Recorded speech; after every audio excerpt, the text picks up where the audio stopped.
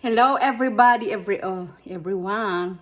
Kain po tayo. Ito yung aking lunch. So ito na yung niluto ko. Ngayon lang. Mixed vegetables at saka isang tuna to. Hinati ko lang, I mean pink salmon pala. Hinati ko lang kasi malaki. Hindi ko kaya ubusin yung isa. So next time naman yung isa. Or baka bukas. Tapos meron akong kanin dito. Saka meron pang kalahati. So, kain tayo. Tsaka meron akong tubig. At tsaka saging. Binawasan ko na yung saging ko. Yan o. Kinagatan ko na kanina mga 2 bite. So, kain tayo guys.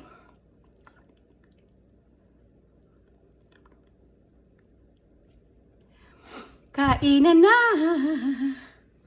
Yun. Warm pa.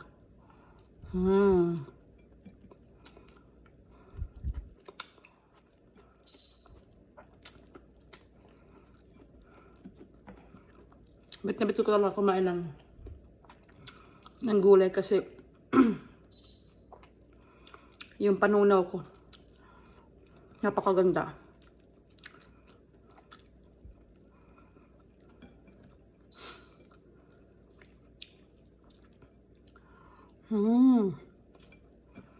Nakakamiss magluto ng ganito.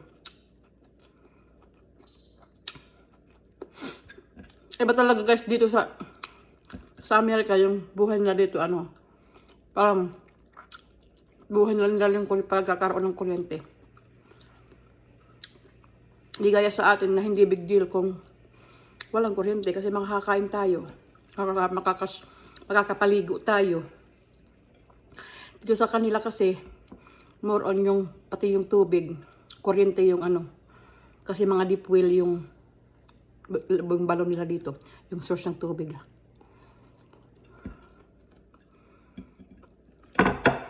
Lalo na pag sa pag sa city, hindi siguro deep well.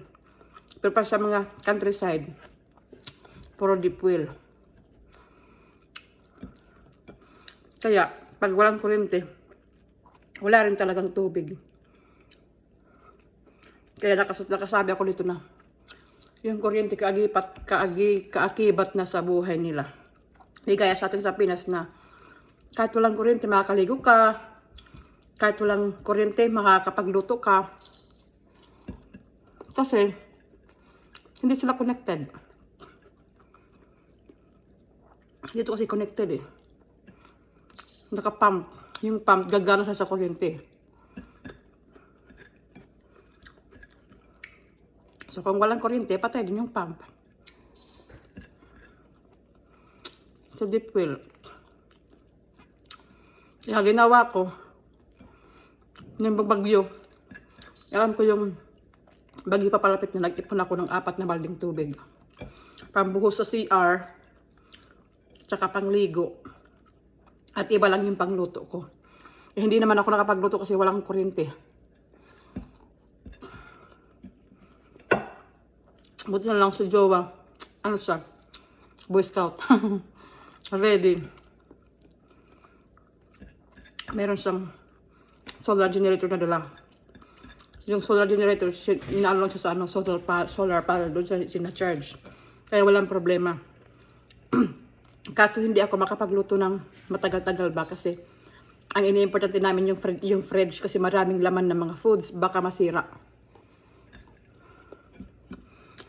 So ang niluluto ko lang is kanin lang. Tapos pumunta kaming grocery. Wala yung grocery open. Tapos marami akong tinapay dito. Bumili ako ng mga dilata. Yung mga ready-made. Kaso hindi ko naman kasi bet yung mga dilata dito kasi walang lasa. Sobrang tabang. Kaya hindi mo rin may enjoy.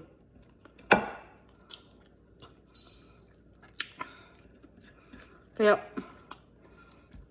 nagtsaga na lang ako sa bread. Buti na lang, meron pa akong lechon manok na nabili bago pa yung bagyo. Nag-grocery kami kasi. Hindi ko pa siya na nagagalaw. Nilagay ko lang sa fridge. Kaya yun ang more on pinagtsagaan ko sa 3 araw na walang kuryente. Kaso naman hindi naman pwedeng araw-araw lechon manok. Siyempre magkasawa ka rin. So bumili kami ng dilata. Wala, corned beef lang yung nagustuhan ko. Yung lasa, may lasa kita paano. Pero yung the rest,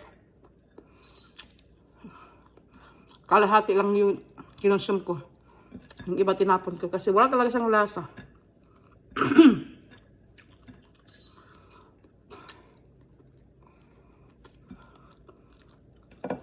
Mas masarap talaga yung dilata sa atin. Okay lang. Kung sa atin ako binagiwan, sardinas at saka corned beef or meatloaf, beef, mga ganun. Tapos pare si rice. Okay na okay. Walang problema. Hindi ako waangal. Kaso dito walang lasa eh. Nag-enjoy lang ako sa food pag sarili kong luto. Kasi yun may lasa.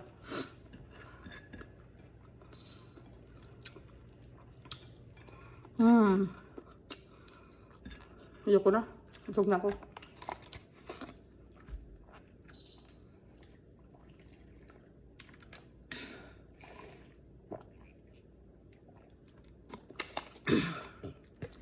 Abos na meron pa akong isa. Magkaibang brand sila guys.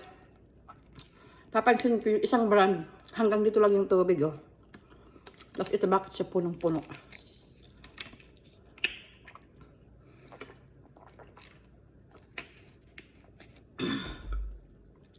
Kain ako sa saging.